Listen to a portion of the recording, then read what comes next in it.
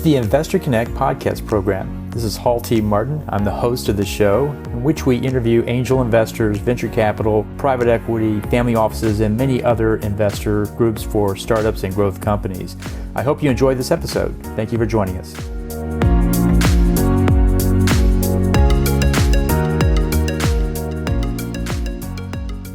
Well, hello, this is Hall Martin with Investor Connect. Today we're here with Iga Hallberg, Business Development Lead at Realty, a company that develops, deploys, and operates grid-ready charging hubs for commercial fleets. With prior roles at Gauge, Zero, and mentoring work in the Texas innovation ecosystem, Iga is on the front lines of partnerships that accelerate fleet electrification.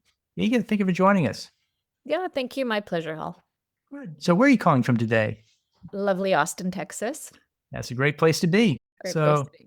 So, today we're going to discuss, electric vehicles and charging mobility.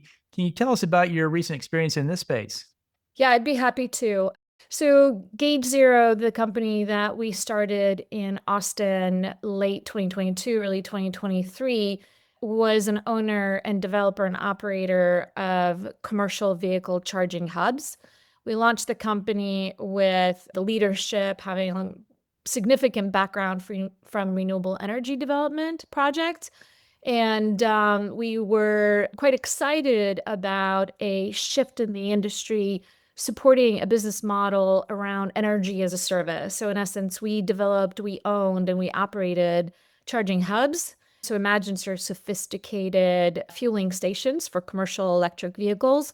We're backed by a large private equity firm with a $300 million commitment to develop a network of these sites all over the country, with a primary focus in California, Washington, New York, New Jersey, and we did a number of really interesting projects in Texas that I'll be happy to talk about. I headed up business development for the company. Earlier this year, we partnered with a company called Realty, and they are California-based, also developing large hubs especially in support of commercial vehicle transition.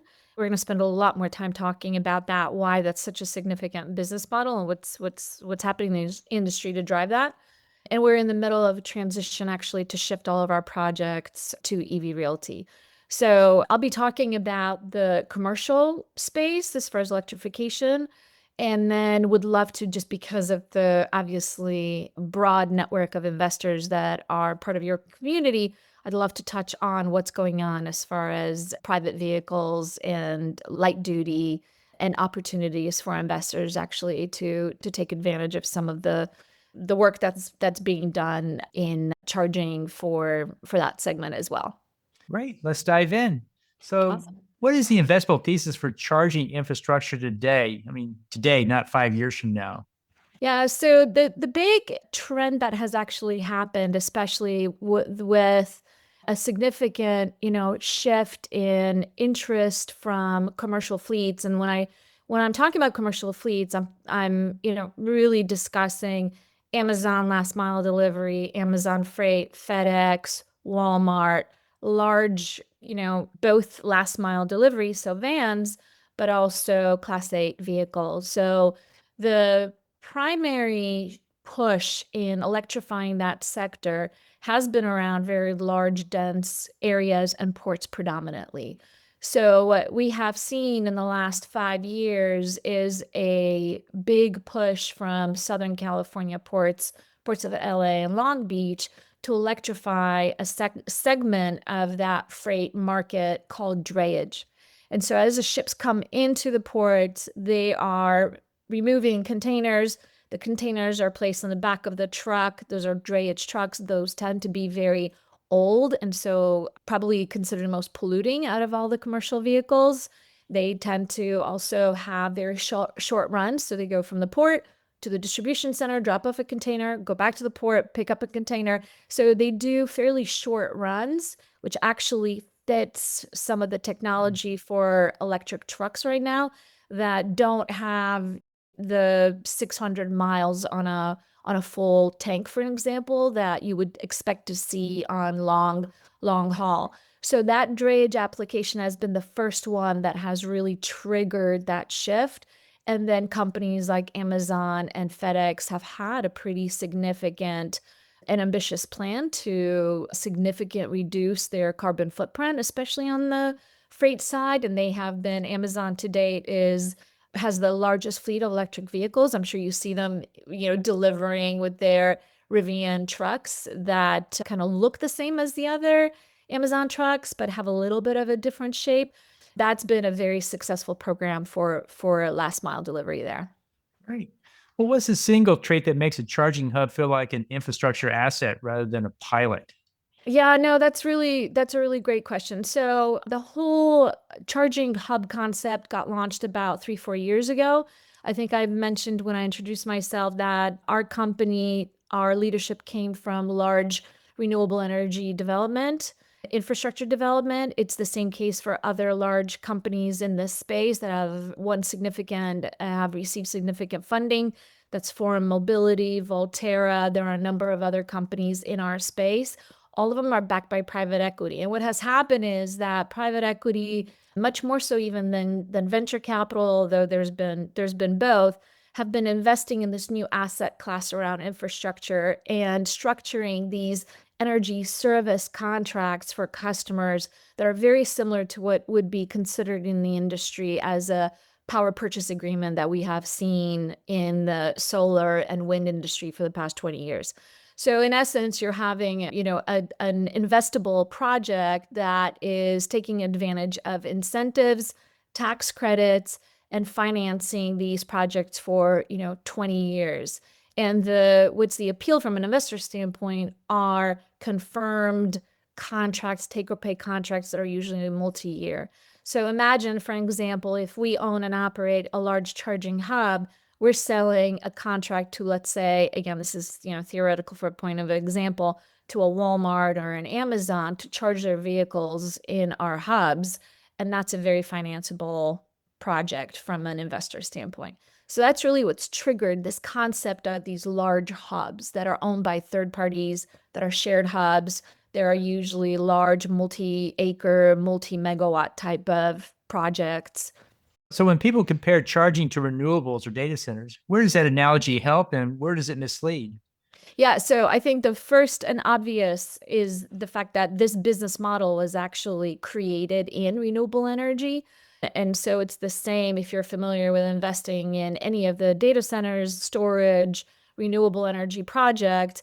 The appeal from an investor standpoint is that commercial agreement, that contract.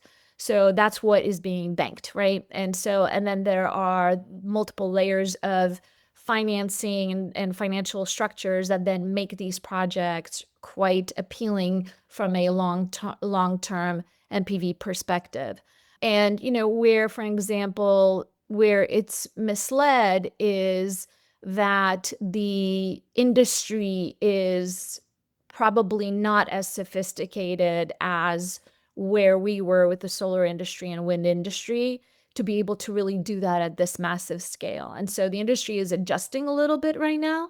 There are changes as far as, how these projects are financed. And with changes in, federal policy, state policy, incentives, both at a federal level and state level, all of that is shifting right now. Okay. Well, walk us through the main models you see in the market. There are real estate first developers, there's operator led networks, and utility anchored approaches. Who takes power risk and who takes utilization ramp risk in each of those stages? Yeah, no, super, super interesting question. So I think we've covered the heavy duty commercial sector, and I think it's just to point out to why that's so interesting in Southern California and in other urban areas. There's, limited access to power. We know what's happening in California right now. There's a lot of grid congestion. It's very difficult to find multi-megawatts of available power. So let's say, again, loving the example of an Amazon, if you have a lot of distribution centers all over Southern California, in some cases, your site just does not have any more additional capacity to be able to charge 50 Rivian trucks. So that's where it becomes beneficial to go to a third party, even if it's, 2 blocks from your distribution center, a mile down the road, but has confirmed power. So it's all around power and power access. And dense areas, New York, New Jersey, around the ports, even Washington in some cases, We don't have that as much in Texas, but other markets absolutely feel that grid constraint. So it's created an opportunity for third-party owners to come in and provide charging as a service. It's very different if you are, for an example, an investor in commercial office space, or you have multifamily residence, for an example. And let's say we use the case that we are now in Austin, Texas, or you are in Houston, or you're in Dallas. One, it's a very different utility market. Two, we have a lot more capacity on the grid. And then from a standpoint of demand, we now have a lot more experience and insight into how people charge their vehicles, whether that's a, passenger vehicle or a light duty vehicle. So what we have seen is, and it's interesting to use the expression that's real estate investor first, is because we see investors that own, let's say, multi-residential projects and housing as investing in infrastructure and mobility infrastructure as a strategic investment for their tenants, right? So let's say if I am looking for an apartment that I need to rent and I have an electric vehicle, obviously I'm going to look for places where I can charge it close to my home. So it's important for me to be able to live in a place where there is charging available. And so it creates an opportunity for investors to differentiate, right? And there are opportunities also both on a commercial and residential segment to look at ways to do a revenue share. The risk lies on who owns the actual chargers, because you need to operate them and you have to figure out a way how to plan for that demand. So the more you can de-risk it by anticipating the demand through contracts, through commitments, through, reservations, if it's a commercial or a residential, facility, the more you de-risk that. Okay. Well, where has each model actually won on the ground and where has it struggled? Give us an example of a model to avoid for a specific use case and why. Yeah, the biggest issue is no matter where, again, and I'll just because of the audience here that is most likely more interested in their own, for example, investments, it's this really question about how do you take advantage of putting in the infrastructure without having to put up that much capital. So there are now a number of companies that are coming in with services specifically designed to offer charging and mobility to owners of multifamily residences, for example, or even small restaurants, chain of office buildings. So it's more and more becoming, it's more common now to put in infrastructure without having to put up the upfront capital. And then it's creating other opportunities for revenue share and other ways to market and offer those services. Right. Well, if I look at last mile delivery, rideshare, school buses, heavy duty depots, how do differences in dwell time and load profile change the way you design and underwrite a site? Yeah, so going back to the commercial side, and schools are a little bit different. They're probably in theory the most predictable as far as, their charging behavior, because buses run from 6:30 a.m. to 9 a.m. or 9:30 a.m. and then run again from, let's say, 2 o'clock until 5 o'clock. And so that what we consider dwell time is when those buses are sitting there not being used, is a great time for them to be charging. So there are a number of companies that are looking at really innovative models around potentially even charging those batteries, discharging them. So there's concept of vehicle to grid. So not just pulling from, but then discharging back to the grid in cases of, blackouts. And so the schools and school buses, there are companies that just specialize in that space. There's a whole class of companies that just work with that segment. For, the rest of us that are doing things like the rideshare is actually a really interesting example, because we now in Austin are one of the largest markets for rideshare companies, and we have been testing actually rideshare technology, autonomous technology here in Austin.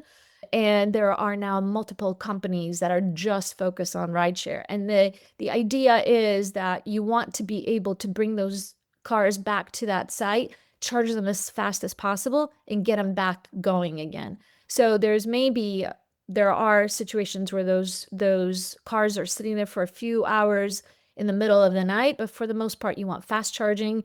Typically, that can happen during the day.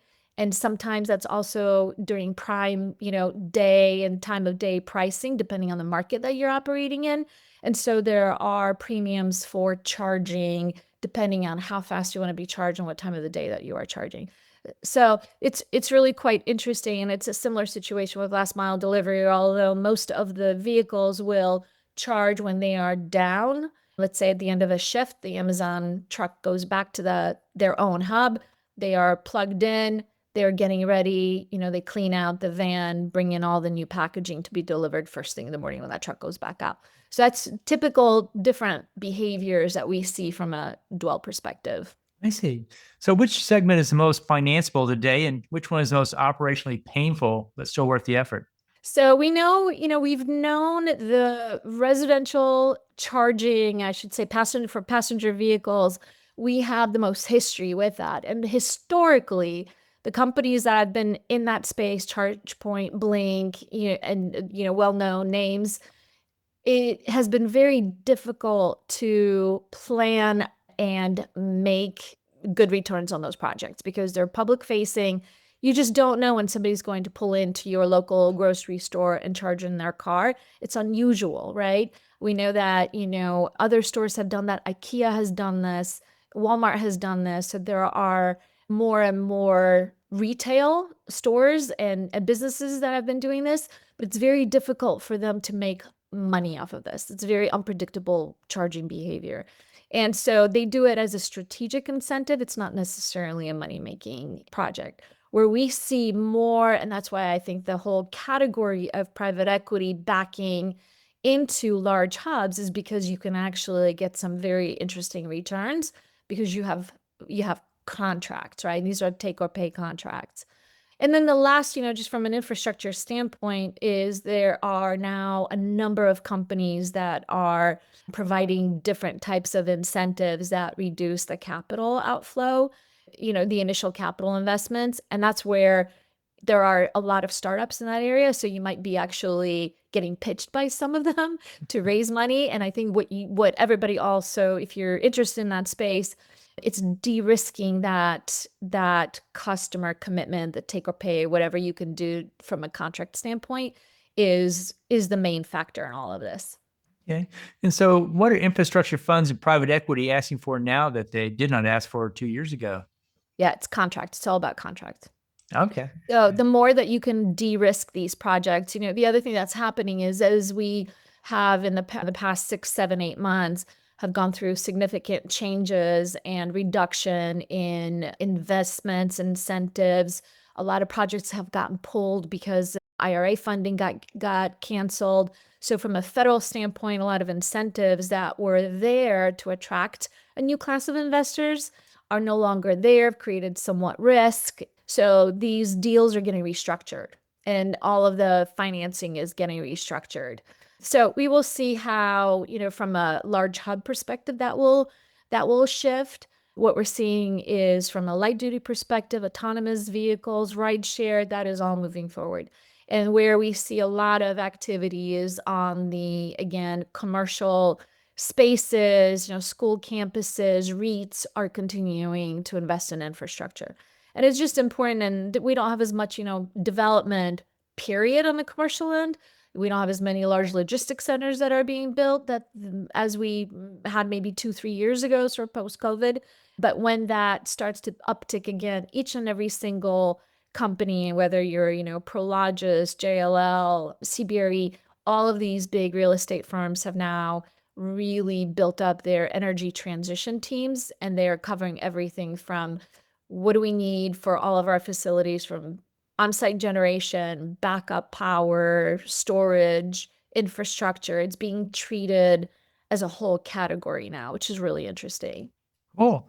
Well, give us one project that got the mix right on site control, power, and offtake. What was replicable and what was lightning in a bottle? Yeah, I think, I could pull a number of examples from around ports specifically. And again, it's the ports of LA and Long Beach have been an example in launching a number of electrification projects across the board, everything from cranes to yard goats to trucks that are coming in and out and setting up the infrastructure in order to be able to do that. So the trucks that are coming into the ports can actually charge there, go back to their distribution centers, come back and recharge again. So there are 3 companies now that are doing that at the ports. Gauge Zero was one of the ones that won one of the projects, so we'll see whether that will continue with that transition. But Forum Mobility, Volterra, there's also Prologis Mobility, which is a well-known real estate development name as well, and have been investing heavily around the ports in order to support that. And all of them are, again, if you see these sites are very sophisticated, usually we'll see 20, 30, 40 ports. They can all accommodate large trucks, the cabs themselves, or even with containers. So they're very sophisticated. They have security, they have you can make reservations, right? Because if you're running a haul, you don't want to risk that you pull in and somebody is sitting in your charging site. So it's great examples of how that industry is going to continue to move forward. So, name one decision you would redo on a past site, the lesson you now apply at the LOI stage. Really great question. I think where we've learned a lot is the kind of customers that we want to work with from the very beginning. And, what the industry is going through quite a bit of change. And because of in many ways, from a heavy duty perspective, the trucks themselves are not quite fully capable of running what a typical diesel truck equivalent is. So, we are spending a lot more time talking to fleets about operations and think of how to, support them.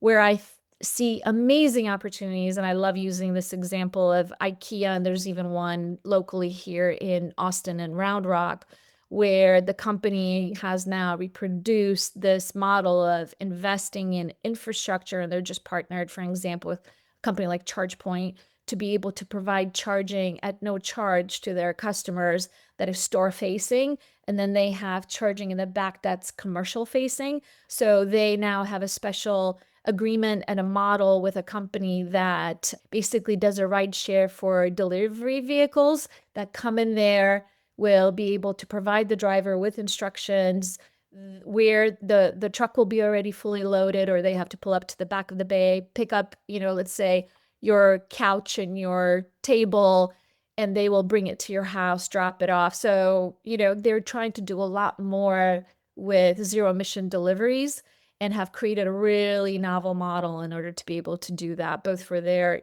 store facing customers, but also commercial providers that are doing last mile delivery with zero emission trucks.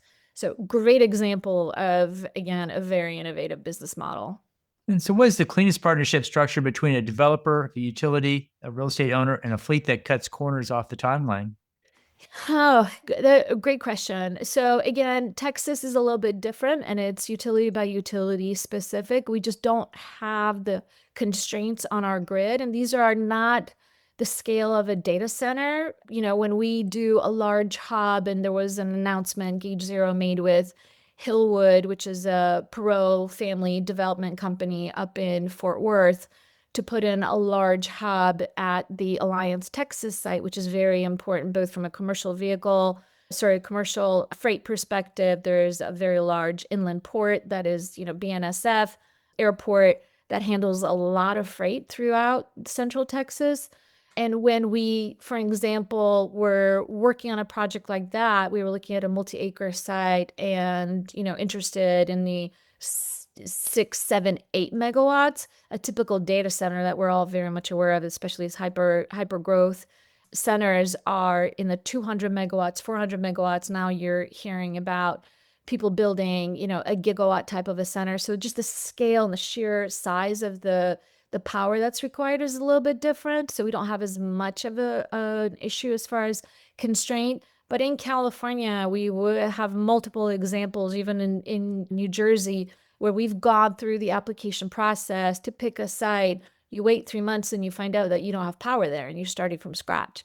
So just from a standpoint, your relationship with the utility has to be very tight, very collaborative. The more insight we have into the grid health in that site, for an example, that neighborhood, that city, you prioritize certain locations by power that is available that doesn't have to be upgraded.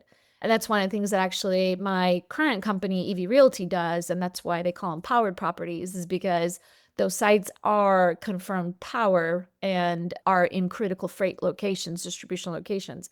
So power is very important, visibility into what's going on with the utility, where there is available power.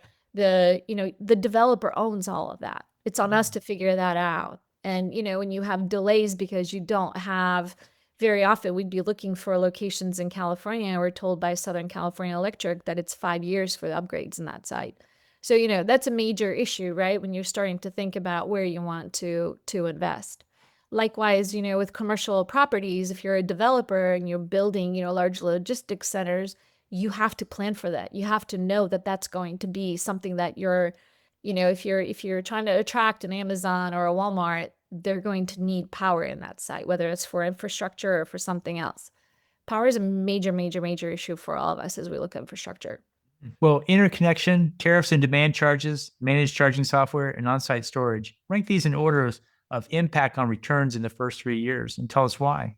Yeah. Oh, gosh, really good question. So the interconnection, you want to look for properties that have access, as we've already mentioned, have access to power without upgrades. If you have to invest $200,000-$300,000 for upgrades, it's really affecting your returns. Tariffs are a major issue, and quite frankly, benefit in helping just create demand. So market movement, both on the vehicle side, on the charger side as well. In California, even though a lot of those changes in support and in both on the incentive side and the tax side, have gone away to a certain degree, there are other market potential, financial programs that are interesting, like low carbon fuel standards. So, projects are moving forward. They're just being financed a little bit differently or with different type of a structure. The demand charges are a major, major issue in how they impact your economics. If you are infrastructure owner and developer, you could pass those through to your customer, right? So let's say if your fleet is coming in and they're pulling in at 4 o'clock, your customer is pulling in, you can actually flag to them, look, you're going to be paying 50 cents per kilowatt hour now. If you wait until 9 p.m. or 10 p.m., you're going to spend 25 cents per kilowatt hour. So there's a behavior change, and that's where the software actually comes in, where that is very helpful if you know that that vehicle is going to be sitting there. And again, that's across the board. That's for passenger vehicles and commercial vehicles. You can actually manage those demand charges. I happen to have an electric car and I'm in Austin, so it doesn't matter. I don't have demand charges per se, but I know that if I plug in at 11 o'clock at night, I'm getting power from West Texas, probably from wind. Hopefully it's a little bit cleaner, so that, and I don't need it to charge at 8 o'clock at night. I can wait until, 11, and it doesn't make a difference for me. But if I'm running a route and I'm pulling in at 4 o'clock and I need to turn around and do deliveries at 5, I'm stuck with paying demand charges. Where's the real demand curve steepening over the next 24 months? Is it school districts, rideshare platforms, last mile, or Class 8 corridors? Yeah, school districts are moving forward because those are all state incentives. And that money has been set aside for each and every single one. In Texas, we have a really robust program for schools and even for commercial vehicles. I know Environmental Defense Fund has been fighting really hard to put money aside there. I would say that rideshare platforms are becoming just very popular. And so we see really a big growth in that segment. And companies, even in our space that we're focused on, heavy duty commercial, have shifted to light duty. So that market actually is going to continue to grow. I mean, everybody's talking about what's happening with robotaxi and so on, Zooks. So I would say those two segments are very much moving forward. Right. So, which policy or incentive most credibly de-risk private capital right now, and which one is overhyped? Yeah, good point. So, where the industry has been really relying has been the tax credits because they've made such a big impact on the returns on those projects. And so there is quite a bit of shift. There's still some time that we can put a lot of these projects in the ground before really those incentives start to go away. The big push right now in the industry is just to reduce cost as quickly as possible because these electric vehicles are still more expensive than their diesel.